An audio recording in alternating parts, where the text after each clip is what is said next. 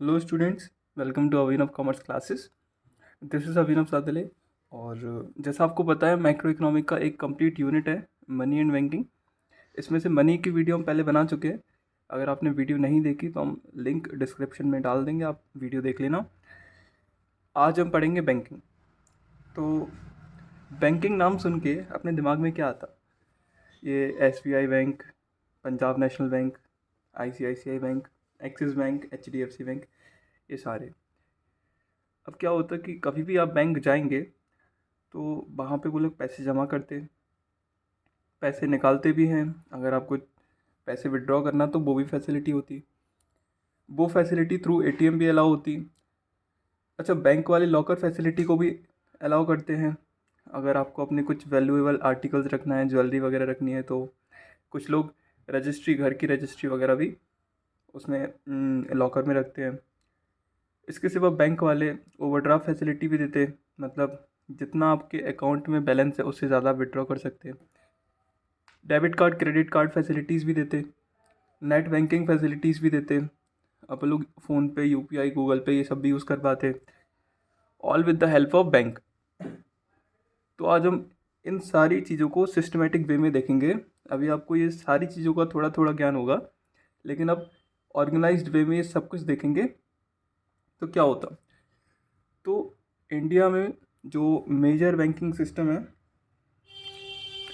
वो central bank संभालता।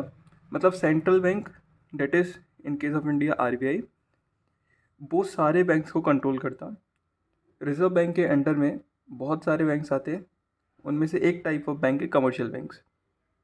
Commercial bank के अंदर भी दो टाइप के बैंक्स होते हैं, गवर्नमेंट बैंक्स और प्राइवेट बैंक्स। अच्छा, गवर्नमेंट बैंक्स वो सारे बैंक्स होते हैं जो कि गवर्नमेंट ओन करती है, गवर्नमेंट अपनी योजना लेके आती है उन सब में, जैसे एसबीआई हो गया, पीएनबी हो गया, इलाहाबाद बैंक हो गया, कैनरा बैंक हो गया, ये सारे। और प्राइवेट बैंक वो बैंक होते जिनमें गवर्नमेंट का कोई इतना रोल नहीं होता, जैसे एक्सिस बैंक हो गया, आईसीआईसीआई बैंक हो गया, एचडीएफसी बैंक, ये सारे प्राइवेट बैंक हो गए।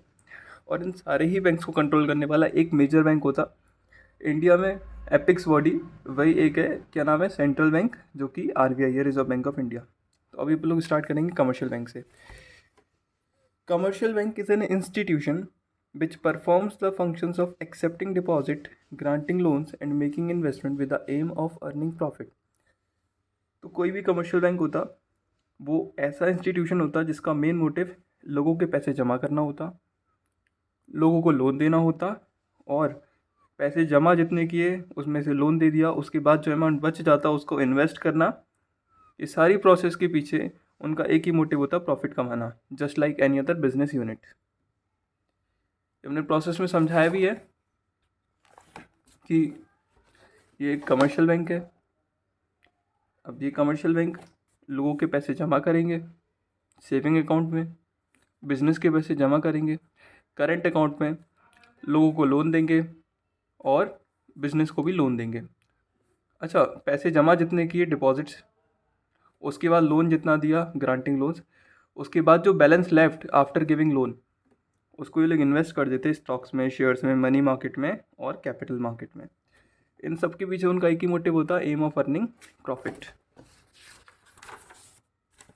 अच्छा, जो हाउस होल्ड्स होते हैं वो क्या करते हैं, अपने पैसे कमर्शियल बैंक में जमा करते, और कमर्शियल बैंक इस पैसे को फर्दर लोन के फॉर्म में दे देते प्रोडक्टिव सेक्टर को।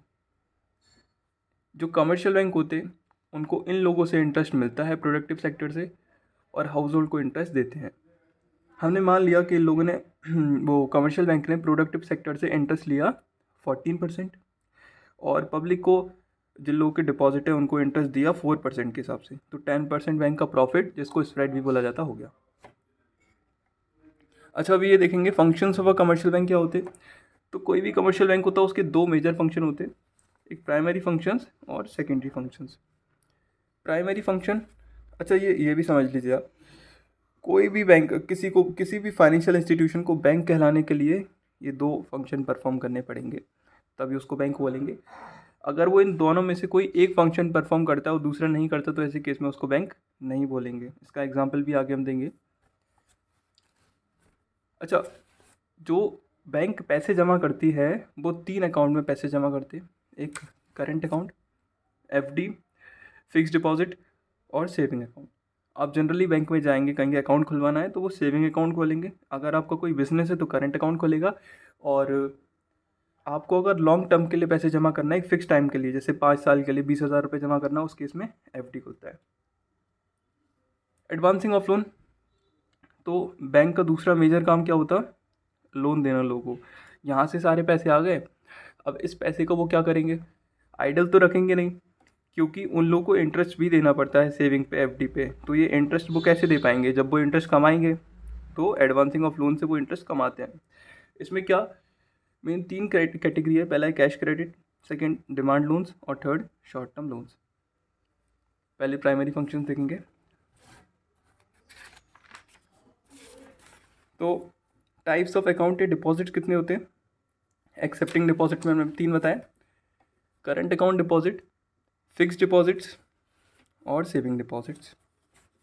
अच्छा, करंट अकाउंट डिपॉजिट में क्या होता है? इसको डिमांड डिपॉजिट भी बोला जाता है, क्योंकि ऑन डिमांड, मतलब जो बिजनेसमैन खोलते हैं इसको, ये बात भी है generally maintain by businessman to make transaction. Businessman को कभी भी पैसों की ज़रूरत पड़ सकती है, इसलिए इसको डिमांड डिपॉजिट भी बोलते हैं, कि वो लोग किसी भी पॉइंट ऑफ टाइम पे पैसे जमा कर सकते हो, किसी भी पॉइंट ऑफ टाइम पे निकाल सकते हैं। ये मान के चल सकते 1 लाख रुपए उन्होंने अभी 1 घंटे पहले जमा किए और 1 घंटे बाद वो पैसे निकालने आ जाएं, किसी को पेमेंट करनी हो, तो बैंक इसमें कोई रोक टोक नहीं करता। तो इसमें no restriction on number of transaction, और ये चेक फैसिलिटी भी प्रोवाइड होती है इस अकाउंट में। अच्छा, क्योंकि बैंक इतनी सारी सर्विसेज दे रहा है बिजनेसमैन को, तो ऐसे केस में बैंक कोई इंटरेस्ट नहीं देता, बल्कि उल्टा सर्विस चार्ज इम्पोज करता। अच्छा, इस अकाउंट में एक और फैसिलिटी मिलती है, ओवरड्राफ्ट फैसिलिटी, वो भी बैंक देता है। आगे पढ़ेंगे ओवरड्राफ्ट फैसिलिटी क्या होती है। एफडी में क्या होता है? एफडी को टाइम डिपॉजिट भी बोलते हैं, टर्म डिपॉजिट भी बोलते हैं, क्योंकि इसमें एक फिक्स्ड टाइम के लिए पैसा आप कह सकते लॉक हो जाता। आप जब तक पैसा विड्रॉ नहीं कर सकते हैं। अगर आप बीच से एफडी तोड़ते हैं तो आपको कोई भी इंटरेस्ट नहीं मिलेगा। ये कौन मेंटेन करता? ये ज़्यादातर ओल्ड एज पीपल मेंटेन करते, और अपना फ्यूचर सिक्योर करने के लिए, फ्यूचर इनकम के लिए मेंटेन करते। अच्छा, इसमें चेक फैसिलिटी नहीं मिलती, क्योंकि इसमें 2 ही ट्रांजेक्शन की जाती पूरे विड्रॉल में। एक entire sum of deposit, first time जब आप पूरा पैसा जमा कर रहे हो, जैसे 20,000 की एफडी बनवाई तो आज 20,000 जमा की, और 5 साल वाला उसको बस निकाल लेंगे, कोई ट्रांजेक्शन नहीं होगी। 2 ट्रांजेक्शन के लिए चेकबुक वो फैसिलिटी नहीं दी जाती, क्योंकि इसमें बीच से जो पैसा है उसकी फ्रीक्वेंट ट्रांजेक्शन नहीं होती, पैसे निकाल रहे हैं, जमा कर रहे हैं। तो ऐसे केस में बैंक जो है हाईएस्ट रेट ऑफ इंटरेस्ट देता है इस अकाउंट में, जो करेंटली 6.50% चल रहा है। अब सेविंग डिपॉजिट क्या है? तो ये इस टाइप का डिपॉजिट है जिसमें दोनों के फीचर्स हैं, मतलब इसमें करंट अकाउंट के भी फीचर्स हैं और एफडी के भी फीचर्स हैं। अच्छा, इसमें चेक फैसिलिटीज़ दी जाती है। देखो, इसमें भी चेक फैसिलिटीज़ दी जाती थी, इसमें नहीं दी जाती थी, लेकिन इसमें चेक फैसिलिटी दी जाती है। यहाँ पे कोई लिमिट नहीं थी नंबर ऑफ़ ट्रांजेक्शन में, यहाँ पे सिर्फ 2 ट्रांजेक्शन कर सकते थे। तो इन दोनों के बीच में इससे ज़्यादा ट्रांजेक्शन कर सकते हो और इससे कम, तो with restriction on number of and amount of transaction, जैसे कि एक हफ्ते में आप 6 बार ट्रांजेक्शन कर सकते हैं। Next, interest higher than current account but less than FD. तो ये क्योंकि बीच का, इसीलिए इंटरेस्ट उसमें वो करंट अकाउंट से ज़्यादा मिलता, करंट में तो 0 रहता और एफडी में 6.50, तो उससे थोड़ा कम रहता, 4% जो अभी चल रहा। अच्छा, ये सैलरीड पर्सन इस अकाउंट को ज़्यादा खुलवाते हैं, तो ये भी फीचर है एक। अच्छा, अभी अब आप देखेंगे एडवांसिंग ऑफ लोन। तो बैंक के मेजर 2 फंक्शन होते हैं प्राइमरी फंक्शंस में, एक्सेप्टिंग ऑफ डिपॉजिट और एडवांसिंग ऑफ लोन या ग्रांटिंग ऑफ लोन। बैंक क्या करता है? टोटल डिपॉजिट में से कुछ रिजर्व का पार्ट सेट असाइड कर देता, कुछ रखना पड़ता है, एलआरआर बोलते हैं उसको, आगे पढ़ेंगे, और बाकी बैलेंस का वो लोन्स एंड एडवांसेस दे देता। Loans and advances main 3 category के होंगे, कैश क्रेडिट, डिमांड लोन्स और short term loans. Cash credit का क्या मतलब होगा कि जो बिजनेसमैन है वो लोग कैश क्रेडिट लेने आते, वो लोग अपने शेयर्स, स्टॉक या इन्वेंट्री, बॉन्ड्स, इन सबको मॉर्टगेज पे रखते और उसके बदले लोन लेते, तो उसको बोलते हैं कैश क्रेडिट। इसमें इंटरेस्ट उस अमाउंट पे चार्ज किया जाता है जितना जो बोरोवर है वो एक्चुअली में विड्रॉ करता है। अब जैसे हमने लोन लिया 1 लाख रुपए का, तो लोन अकाउंट में 1 लाख रुपए ट्रांसफ़र हो जाएंगे, लेकिन हमने विड्रॉ किए सिर्फ 40,000 रुपीज़, तो इंटरेस्ट सिर्फ 40,000 पे ही लगेगा। डिमांड लोन्स, तो डिमांड लोन्स वो लोन्स होते हैं जो बैंक किसी भी टाइम मंगवा सकता है वापस। बैंक ने अभी तो लोन दे दिया, लेकिन वो किसी भी टाइम पे हमसे लोन का अमाउंट वापस मांग सकता। इसमें इंटरेस्ट पूरे सम पे लगता है, चाहे आप भले ही 1 लाख रुपए का आपने लोन लिया, 40,000 निकाले, लेकिन इंटरेस्ट पूरे 1 लाख रुपए पे लगेगा। Last, short term loans. Short term loans में पर्सनल लोन आ जाएंगे, ये कोलेटरल सिक्योरिटी के अगेंस्ट में लेते, और इसमें भी इंटरेस्ट जो होता है वो एंटायर सम पे लगता है। अच्छा, इसके पहले भी हमने बताया था conditions for financial institution to become a bank. तो किसी भी फाइनेंशियल इंस्टीट्यूशन को बैंक कहलाने के लिए दोनों फंक्शन करने चाहिए, एक्सेप्टिंग डिपॉजिट और एडवांसिंग लोन। जैसे SBI हुआ, PNB हुआ, ICICI, ये दोनों फंक्शन परफॉर्म करते हैं तो इनको बैंक बोलते हैं। लेकिन जो पोस्ट ऑफिस है वो पैसे तो जमा करता है लेकिन लोन नहीं देता, इसीलिए इसको बैंक नहीं बोलेंगे। ऐसे ही LIC जो है वो लोन तो देता है लेकिन पैसे जमा नहीं करता, इसीलिए इसको भी लोन बैंक नहीं बोलेंगे। अभी देखेंगे सेकेंडरी फंक्शंस क्या है किसी बैंक के। तो सेकेंडरी फंक्शंस में पहला आ जाएगा ओवरड्राफ्ट फैसिलिटी। इसके पहले हमने बताया था, आपको आगे बताएंगे। Customer having current account is allowed to overdraw amount up to an agreed limit. मतलब कि जो भी कस्टमर जिनका करंट अकाउंट है, तो इससे हमें ये समझ में आता कि वो बिजनेसमैन होंगे, उनको ये अलाउड है कि वो अमाउंट ज़्यादा निकाल सकते हैं जितना उनका अकाउंट का बैलेंस है उससे। अब मान के चलिए किसी कस्टमर को एक लिमिट दे दी गई कि आपकी ओवरड्राफ्ट लिमिट है 20,000, तो वो अपना जो अकाउंट है उसमें जितना बैलेंस है उससे 20,000 रुपये ज़्यादा भी निकाल सकता।